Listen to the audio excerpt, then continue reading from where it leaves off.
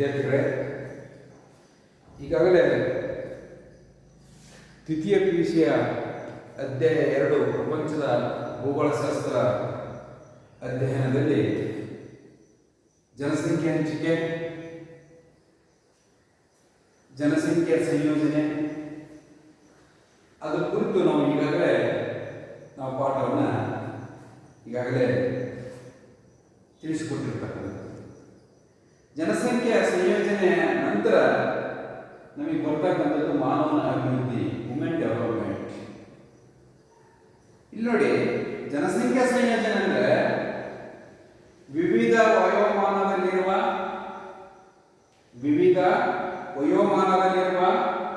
ಜನಸಂಖ್ಯೆ, ಧರ್ಮ, ಸ್ತ್ರೀ ಪುರುಷರ ಪ್ರಮಾಣ ಮುಂತಾದ ಲಕ್ಷಣಗಳನುಸಾರ ಅಭ್ಯಾಸ ಮಾಡುವುದನ್ನು ನಾವು ಜನಸಂಖ್ಯಾ ಸಂಯೋಜನೆ ಅಂತ ಕರಿತೀವಿ. ವಿದ್ಯಾರ್ಥಿಗಳು ಈಗ ಬಹಳ ಮುಖ್ಯವಾಗಿರ್ತಕ್ಕಂಥ ಕಾನ್ಸೆಪ್ಟ್ ಬಂದಿದ್ದೇವೆ. ಈ ಅಧ್ಯಾಯ 2ರಲ್ಲಿ ಕೊನೆಯದಾಗಿರ್ತಕ್ಕಂಥದ್ದು ಮಾನವನ ಅಭಿವೃದ್ಧಿ, ವುಮೆನ್ ಡೆವಲಪ್ಮೆಂಟ್.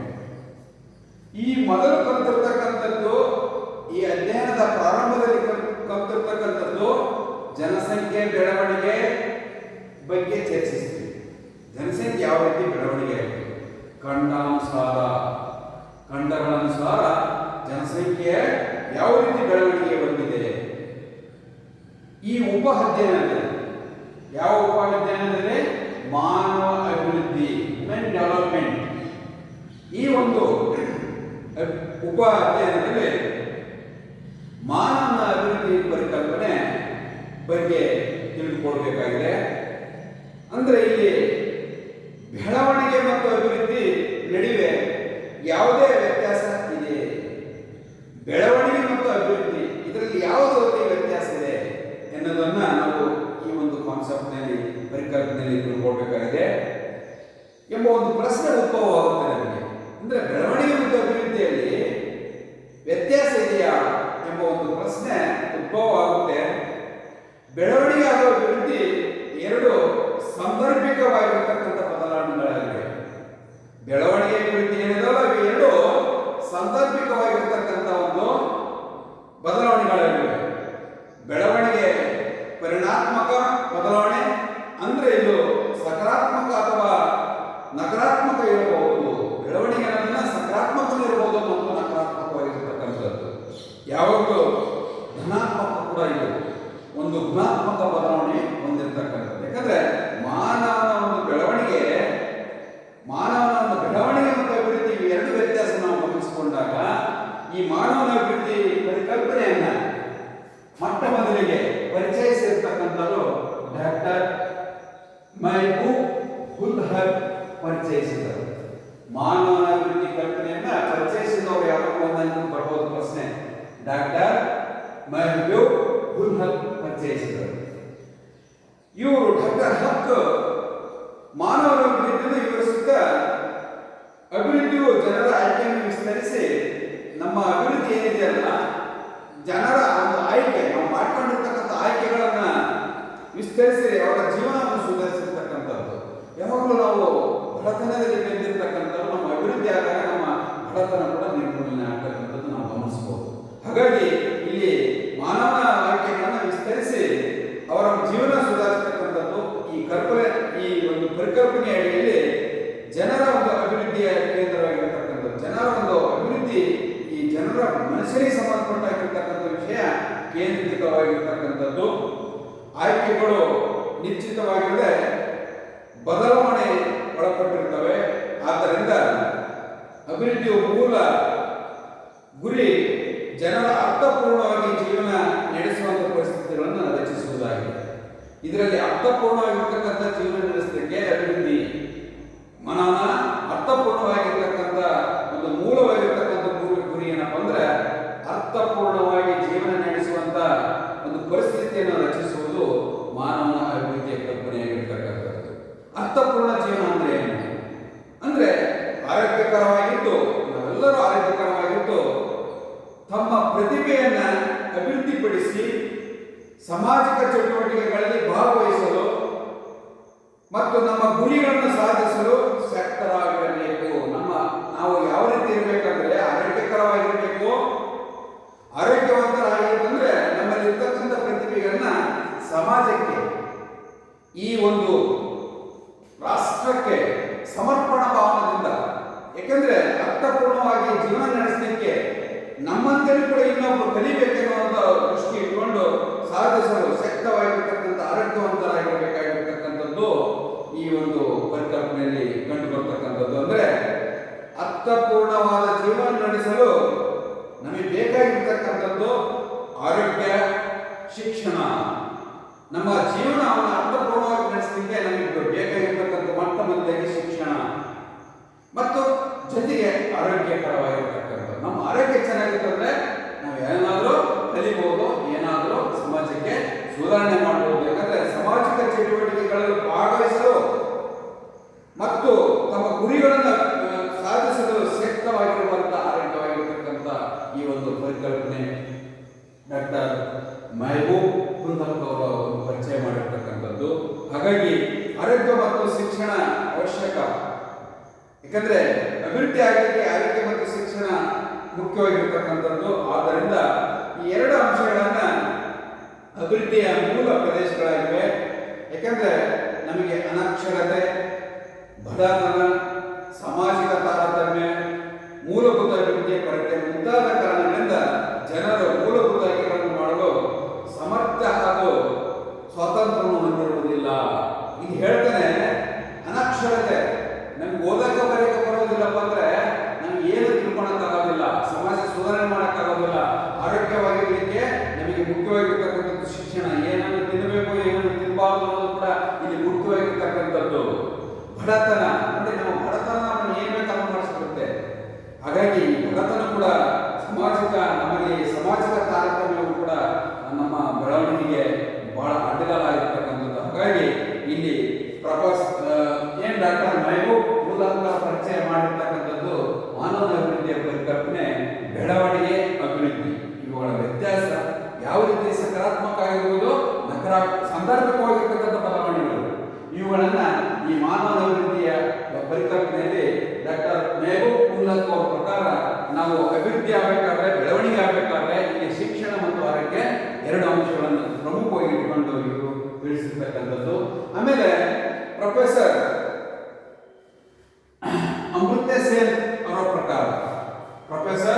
ಅಮೃತ ಸೇನ್ ಅವರ ಪ್ರಕಾರ ಅವರು ಹೇಳ್ತಾರೆ, ಇವರ ಒಂದು ಪ್ರಕಾರ ಮಾನವನ ಅಭಿವೃದ್ಧಿ ಒಂದು ಮಾರ್ಗವಾಗಿದ್ದು ಮೂಲಭೂತ ಅಭಿವೃದ್ಧಿಯ ಪರಿಕಲ್ಪನೆಯಿಂದ ಕೂಡಿಕೊಂಡಿದೆ. ಮಾನವನ ಒಂದು ಅಭಿವೃದ್ಧಿ ಒಂದು ಮಾರ್ಗ, ಇದು ಮೂಲಭೂತ ಅಭಿವೃದ್ಧಿಯ ಪರಿಕಲ್ಪನೆಯಿಂದ ಕೂಡಿಕೊಂಡಿದೆ. ಅವರು ವಾಸಿಸುವ ಪ್ರದೇಶ, ಆರ್ಥಿಕ ಶ್ರೀಮಂತಿಕೆಯನ್ನು ಅಭಿವೃದ್ಧಿಗೊಳಿಸುವುದರ ಮೊದಲಾಗಿ ಮಾನವನ ಜೀವನದ ಅಭಿವೃದ್ಧಿ ಪಡಿಸಬೇಕು. ಮಾನವನ ಅಭಿವೃದ್ಧಿ ಪರಿಕಲ್ಪನೆ ಎಂದು ತಿಳಿದುಕೊಳ್ಳಬಹುದಾಗಿದೆ. ಪ್ರೊಫೆಸರ್ ಅಮೃತ ಸೇನ್ ಅವರ ಪ್ರಕಾರ ಮಾನವನ ಅಭಿವೃದ್ಧಿ ಅವರು ಇರ್ತಕ್ಕಂಥ ಪ್ರದೇಶ, ಶ್ರೀಮಂತಿಕೆ ಬದಲಾಗಿ ಮಾನವನ ಅಭಿವೃದ್ಧಿ ಪಡಿಸಬೇಕಾಗಿದೆ. ಆರ್ಥಿಕ ಶ್ರೀಮಂತಿಕೆಯನ್ನು ಅಭಿವೃದ್ಧಿಗೊಳಿಸುವುದರ ಬದಲಾಗಿ ಮಾನವನ ಜೀವನದ ಅಭಿವೃದ್ಧಿ ಪಡಬೇಕಾಗಿದೆ. ಈ ಮಾನವನ ಅಭಿವೃದ್ಧಿ ಕಲ್ಪನೆ ತಿಳಿದುಕೊಳ್ಳಬೇಕಾಗಿದೆ.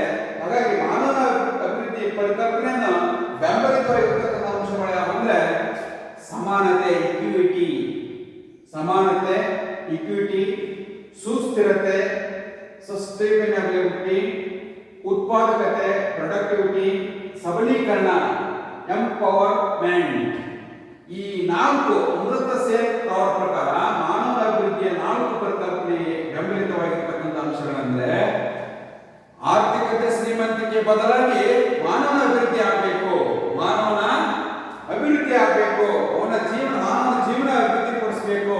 ಶ್ರೀಮಂತಿಕೆ ಆರ್ಥಿಕತೆ ಜೊತೆಗೆ ಮಾನವನ ಒಂದು ಜೀವನ ಅಭಿವೃದ್ಧಿ ಆಗಬೇಕಾದ್ರೆ ಈ ನಾಲ್ಕು ಪರಿಕಲ್ಪನೆ ಬೆಂಬಲಿತವಾಗಿರ್ತಕ್ಕಂಥ ಅಂಶಗಳನ್ನು ನಾವು ನೋಡಬಹುದು. ಸಮಾನತೆ, ಸುಸ್ಥಿರತೆ, ಉತ್ಪಾದಕತೆ, ಸಬಲೀಕರಣ, ಇಕ್ವಿಟಿ, ಸಸ್ಟೈನಬಿಲಿಟಿ, ಪ್ರೊಡಕ್ಟಿವಿಟಿ, ಎಂಪವರ್ಮೆಂಟ್. ಈ ನಾಲ್ಕು ಅಂಶಗಳನ್ನ ಪ್ರೊಫೆಸರ್ ಅಮೃತ ಸೇನ್ ಅವರು ಹೇಳಿರ್ತಕ್ಕಂಥದ್ದು. ಇಲ್ಲಿ ಸಮಾನತೆ ಅಂದ್ರೆ ಏನು?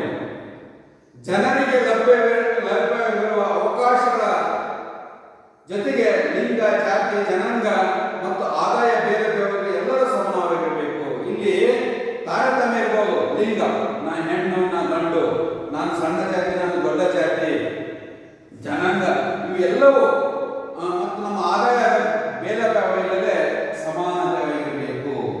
ಎರಡನೇದಾಗಿರ್ತಕ್ಕಂಥದ್ದು ಸುಸ್ಥಿರತೆ. ಸುಸ್ಥಿರತೆ ಅಂದ್ರೆ ಅವಕಾಶಗಳ ಲಭ್ಯತೆಯಲ್ಲಿ ನಿರಂತರತೆ ಇರಬೇಕು. ನಮಗೆ ಅವಕಾಶಗಳೇನಿದಾವೋ ಅವುಗಳು ನಿರಂತರವಾಗಿರಬೇಕು. ಸಮರ್ಥನೀಯ ಮಾನವ ಅಭಿವೃದ್ಧಿ ಹೊಂದಲು ಪ್ರತಿ ಪೀಳಿಗೆಯು ಕೂಡ ಅದೇ ಅವಕಾಶವನ್ನು ಹೊಂದಿರಬೇಕು. ಮುಂದಿನ ಪೀಳಿಗೆ ವಿಚಾರ ಮನಸ್ಥಿತಿಯಲ್ಲಿ ಇರಿಸಿ ಆರ್ಥಿಕ ಮತ್ತು ಜೀವನ ಸಂಪನ್ಮೂಲಗಳ ಉಪಯೋಗವನ್ನು ನಿರ್ವಹಿಸಬೇಕು. ಅಂದ್ರೆ ಮುಂದಿನ ಪೀಳಿಗೆ, ಬಹುಶಃ ನಮ್ಮ ತಂದೆಗಳು, ನಮ್ಮ ಅಜ್ಜರು, ನಮ್ಮ ತಂದೆ ನಮ್ಮ ಮಕ್ಕಳಿಗೆ ಅಂತ ಆಸ್ತಿ ಮಾಡಿಬಿಡೋರು. ನಾವು ನಮ್ಮ ಮಕ್ಕಳಿಗೆ ಅಂದ್ರೆ ನಮ್ಮ ಹಿಂದೆ ಬರುವ ಜನಾಂಗಕ್ಕೆ ನಾವು ಆ ಉಪಯೋಗ ಆಗುವಂತ ಸಂಪನ್ಮೂಲಗಳನ್ನ ನಿರ್ವಹಿಸಬೇಕು. ನಮ್ಮಲ್ಲಿರ್ತಕ್ಕಂಥ ಸಂಪನ್ಮೂಲಗಳನ್ನ ಹಿಂದೆ ಬರುವಂತ ಪೀಳಿಗೆಗೆ ಅವುಗಳ ಮಾನವ ಸಂಪನ್ಮೂಲ ಉಪಯೋಗವನ್ನ ನಿರ್ವಹಿಸಿಕೊಂಡು ಹೋಗಬೇಕು. ಇನ್ನು ಉತ್ಪಾದಕತೆ, ಪ್ರೊಡಕ್ಟಿವಿಟಿ, ಬಹುಶಃ ಇದು ನಿರಂತರವಾಗಿ ಜನರಲ್ಲಿ ಸಮರ್ಥಗಳನ್ನು ನಿರ್ವಹಿಸಲು ಸಹಕಾರವಾಗಿದೆ. ಏಕೆಂದರೆ ಉತ್ಪಾದಕತೆ ಬಹಳ ಒಂದು ರಾಷ್ಟ್ರ ಸಂಪತ್ತಾಗಿರುವುದರಿಂದ ಅವರ ಜ್ಞಾನಾಭಿವೃದ್ಧಿ ಮತ್ತು ಉತ್ತಮ ಆರೋಗ್ಯ ಸೌಲಭ್ಯ ಒದಗಿಸಿ ಸಮರ್ಪಕವಾಗಿ ಕಾರ್ಯ ಮಾಡಲು ಸಿದ್ಧಗೊಳಿಸಬೇಕು. ಯಾವುದೇ ಒಂದು ಉತ್ಪಾದನೆಯನ್ನು, ಯಾಕಂದ್ರೆ ನಿರಂತರವಾಗಿ ಜನರಲ್ಲಿ ಸಾಮರ್ಥ್ಯವನ್ನ ನಿರ್ಮಿಸಲು ಸಹಕಾರವಾಗಬೇಕು. ಜನರು ರಾಷ್ಟ್ರದ ಸಂಪತ್ತಾಗಿರುವುದರಿಂದ ಅಪಾರ ಜ್ಞಾನಾಭಿವೃದ್ಧಿ ಮತ್ತು ಉತ್ತಮ ಆರೋಗ್ಯ ಸೌಲಭ್ಯ ಒದಗಿಸಿ ಅವರು ಸಮರ್ಪಕವಾಗಿ ಕಾರ್ಯ ಮಾಡಲು ಸಿದ್ಧಗೊಳಿಸಬೇಕು. ಅಂದ್ರೆ ಸಮರ್ಪಕವಾಗಿ ಕೆಲಸ ಮಾಡಲಿಕ್ಕೆ ಏನ್ ಬೇಕು ಮನುಷ್ಯನಿಗೆ, ಆ ರೀತಿ ಅವರಿಗೆ ಪ್ರೋತ್ಸಾಹ ನೀಡಿದಾಗ ಉತ್ಪಾದನೆ ಆಗುತ್ತೆ ಅನ್ನೋದನ್ನ ಪ್ರೊಫೆಸರ್ ಅಮೃತ ಸೇನ್ ಅವರು ಆ ಒಂದು ಅಂಶದಲ್ಲಿ ಹೇಳಿರ್ತಕ್ಕಂಥದ್ದು. ಇನ್ನು ಸಬಲೀಕರಣ, ವಿದ್ಯಾರ್ಥಿಗಳೇ ಮಾಡುವ ಅಧಿಕಾರ ಹೊಂದಲು ಸಬಲೀಕರಣ ಸಾಧನವಾಗಿದೆ. ಏನು? ನಾವು ಆಯ್ಕೆಗಳನ್ನು ಮಾಡುವ ಅಧಿಕಾರ ಹೊಂದಲು ಸಬಲೀಕರಣ ಸಾಧನ ಒಂದು. ಯಾಕಂದ್ರೆ ಸ್ವಾತಂತ್ರ್ಯ ಮತ್ತು ಸಾಮರ್ಥ್ಯ ಹೆಚ್ಚಿಸುವುದರಿಂದ ಆಯ್ಕೆಗಳ ಅಧಿಕಾರ ಹೆಚ್ಚಾಗುತ್ತೆ. ಉತ್ತಮ ಆಡಳಿತ ಮತ್ತು ಜನರ ನೀತಿಗಳನ್ನು ರಚಿಸುವ ಸರ್ಕಾರದಿಂದ ಜನರ ಸಬಲೀಕರಣ ಸಾಧ್ಯ.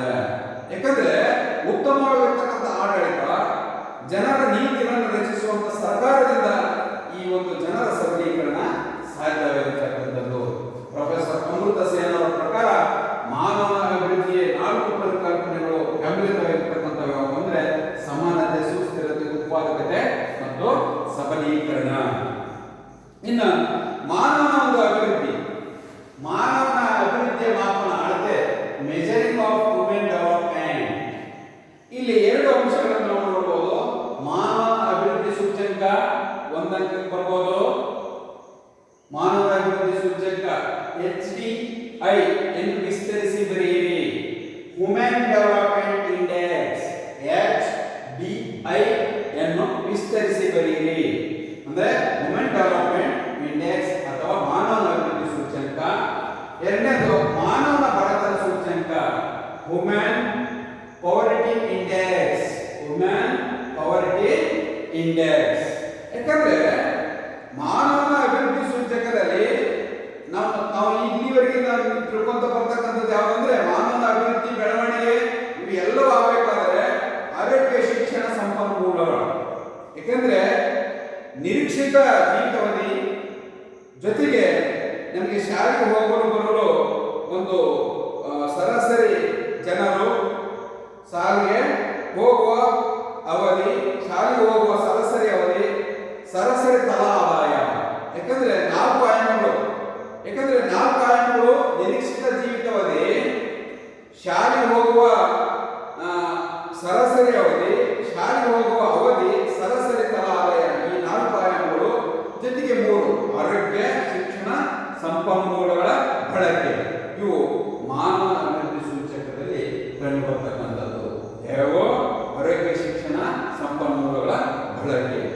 ಈ ಎರಡು ಅಂಶಗಳನ್ನ ನಾವು ಸೇರಿಸಿ ಒಂದು ದೇಶದ ಜನರ ಅಭಿವೃದ್ಧಿಯ ನಿಖರವಾಗಿರ್ತಕ್ಕಂಥ ಚಿತ್ರವನ್ನು ನೀಡ್ತಕ್ಕಂಥದ್ದು. ಯಾಕಂದ್ರೆ ಮಾನವನ ಅಭಿವೃದ್ಧಿ ಸೂಚ್ಯಂಕ ಮಾನವನ ಅಭಿವೃದ್ಧಿಯಲ್ಲಿ ಶಿಕ್ಷಣ, ಆರೋಗ್ಯ ಮತ್ತು ಸಂಪನ್ಮೂಲಗಳ ಬಳಕೆ ಅಭಿವೃದ್ಧಿ ಅಳತೆಗೆ ತೆಗೆದುಕೊಳ್ಳಲಾಗುತ್ತೆ. ಯಾಕಂದ್ರೆ ನಾವು ಮೂರನ್ನು ಅಳತೆಗೆ ನಾವು ತೆಗೆದುಕೊಳ್ಳುತ್ತೆ. ಅದರಲ್ಲಿ ಒಂದೇ ಆರೋಗ್ಯ, health, education, decent standard of living ಅಂದ್ರೆ ಉತ್ತಮ ಜೀವನ ಮಟ್ಟ. ಆರೋಗ್ಯ ಅಂದ್ರೆ ಬಹುಶಃ ನಾವು ಏನಾದರೂ ಕೆಲಸ ಮಾಡಲಿಕ್ಕೆ ಮೊಟ್ಟ ಮೊದಲಿಗೆ ನಮ್ಮ ಆರೋಗ್ಯ ಚೆನ್ನಾಗಿರುತ್ತೆ. ನಾವು ಏನಾದರೂ ಬಳಸಬೇಕಂದ್ರೆ, ನಾವು ಏನಾದರೂ ಓದಬೇಕಂದ್ರೆ ಆರೋಗ್ಯ ಅತ್ಯಂತ ಇಂಪಾರ್ಟೆಂಟ್. ಯಾಕಂದ್ರೆ ಮಾನವನ ಅಭಿವೃದ್ಧಿ ಅಳೆಯುವ ಮೊದಲ ಸೂಚಕ ಇದು. ನಮ್ಮ ಅಭಿವೃದ್ಧಿಯನ್ನ ಅಳೆಯುವಂತ ಸೂಚಕದಲ್ಲಿ ಆರೋಗ್ಯ ಪ್ರಮುಖವಾಗಿರತಕ್ಕಂಥದ್ದು. ಯಾಕಂದ್ರೆ ನಿರೀಕ್ಷಿತ ಜೀವಿತಾವಧಿ ಅಧಿಕವಾಗಿದೆ ಎಂದರೆ ಜನರು ಆರೋಗ್ಯವಾಗಿದ್ದಾರೆ ಎಂದು ಅರ್ಥ.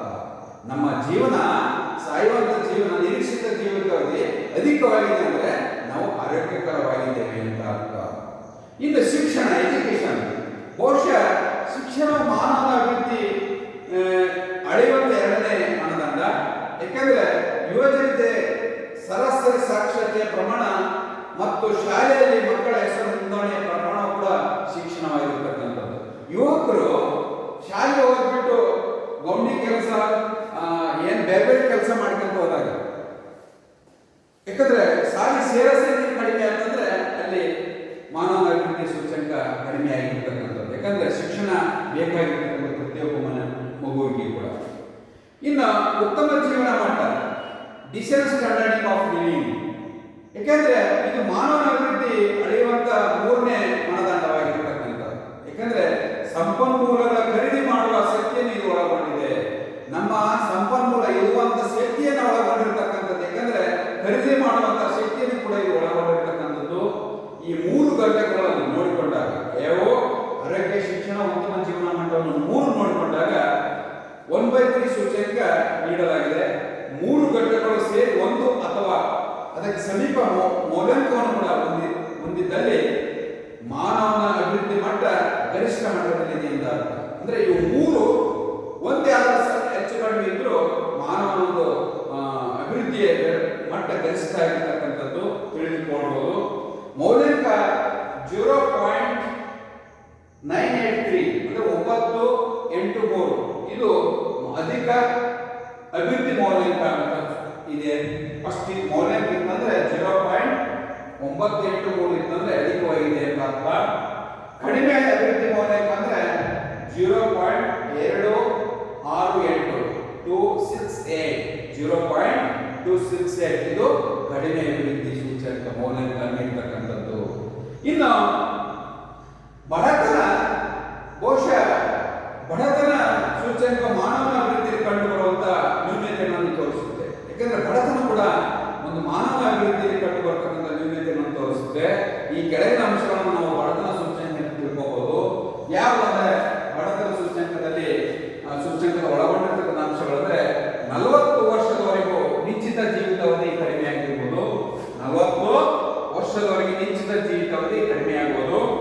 ವಯಸ್ಸರ ಸಾಕ್ಷರತೆಯ ಪ್ರಮಾಣ, ಶುದ್ಧ ನೀರು ಕುಡಿಯಲು ದೊರೆಯಲಿರುವ ಜನರು, ಕುಪೋಷಣೆ ಅಂದ್ರೆ ಸರಾಸರಿಗಿಂತ ಕಡಿಮೆ ತೂಕವನ್ನು ಹೊಂದಿದ ಮಕ್ಕಳ ಸಂಖ್ಯೆ, ಇದು ಬಡತನ ಸೂಚ್ಯಂಕದಲ್ಲಿ ತೋರಿಸುವಂತಹ ಪ್ರಮುಖವಾಗಿರ್ತಕ್ಕಂಥ ಈ 4 ಅಂಶಗಳು. ಯಾಕಂದ್ರೆ ಎರಡು ಮಾನದಂಡಗಳನ್ನು ಸೇರಿಸಿದಾಗ ಬಡತನ ಮತ್ತು ಈ ಮಾನವನ ಅಭಿವೃದ್ಧಿ ಅನ್ನೋದು ಏನಿದೆ ಇವುಗಳನ್ನು ಸೇರಿಸಿದಾಗ ವಿಶ್ಲೇಷಣೆ ಮಾಡಿದಾಗ ಒಂದು ರಾಷ್ಟ್ರದ ಅಭಿವೃದ್ಧಿ ಚಿತ್ರ ಸರಿಯಾಗಿ ದೊರೆಯುತ್ತೆ. ಯಾಕಂದ್ರೆ ಇವತ್ತು ಉತ್ತಮ ಜೀವನ ಮಟ್ಟ, ಶಿಕ್ಷಣ, ಆರೋಗ್ಯ ಇವು ಮೂರು ಇದ್ದಾಗ ಮಾನವನ ಅಭಿವೃದ್ಧಿ ಆದಾಗ ದೇಶ ಅಭಿವೃದ್ಧಿ ಆದಾಗ ಅಂತ ನಾವು ತಿಳ್ಕೋಬೇಕಾಗಿದೆ. ಯಾಕಂದ್ರೆ ನಾವು ಒಂದು ರಾಷ್ಟ್ರದ ಅಭಿವೃದ್ಧಿ ಚಿತ್ರ ಸರಿಯಾಗಿದೆ ಅಂತ ತಿಳ್ಕೋಬೇಕಾಗಿದೆ. ಮಾನವನು ದೇಶದ ನಿಜವಾಗಿ ಇರ್ತಕ್ಕಂಥ ಸಂಪತ್ತು. ಪರಿಷ್ಕರಣಾತ್ಮಕವಾಗಿ ಬರೆಯುವಂತಹ ವಸ್ತುಗಳನ್ನ ಪಡೆದುಕೊಂಡು, ಯಾಕಂದ್ರೆ ಪರಿಸರದಲ್ಲಿ ಸಿಗುವಂತ ವಸ್ತುಗಳನ್ನು ತೆಗೆದುಕೊಂಡು ನಾವು ಸಾಕಷ್ಟು ರೀತಿಯಲ್ಲಿ ಅನೇಕ ವಸ್ತುಗಳನ್ನು ಪಡೆದುಕೊಂಡು ಅನೇಕ ವಸ್ತುಗಳನ್ನು ನಾವು ಮಾಡತಕ್ಕಂಥದ್ದು. ಯಾಕಂದ್ರೆ ಆರೋಗ್ಯವಂತ ಮತ್ತು ಕ್ರಿಯಾಶೀಲರಾಗಿ ದೀರ್ಘಾವಧಿ ಜೀವನ